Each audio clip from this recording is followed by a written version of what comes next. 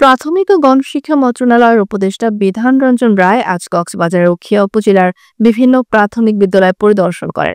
পরিদর্শনকালে তিনি শ্রেণীকক্ষে পাঠদান কার্যক্রম, শিক্ষক ও শিক্ষার্থীদের উপস্থিতি এবং বিদ্যালয়ের সার্বিক অবকাঠামো উন্নয়নের দিকে নিবিড়ভাবে নজর দেন। শিক্ষার্থীদের সঙ্গে কথা বলে তাদের পড়াশোনার অগ্রগতি সম্পর্কে খোঁজখবর নেন। শিক্ষকদের শিক্ষার মান উন্নয়নে সর্বোচ্চ আন্তরিকতা প্রদর্শনের আহ্বান জানান। এ সময় বিদ্যালয়ের পরিবেশ উন্নয়ন ও শিক্ষার্থী বান্ধব কার্যক্রম চালুর উপর বিশেষ গুরুত্ব আরোপ করেন। উখিয়ার পরিদর্শন শেষে বিধান রঞ্জন রায় বলেন, আমরা আজ কয়েকটি বিদ্যালয়ের সার্বিক পরিস্থিতি ঘুরে দেখেছি।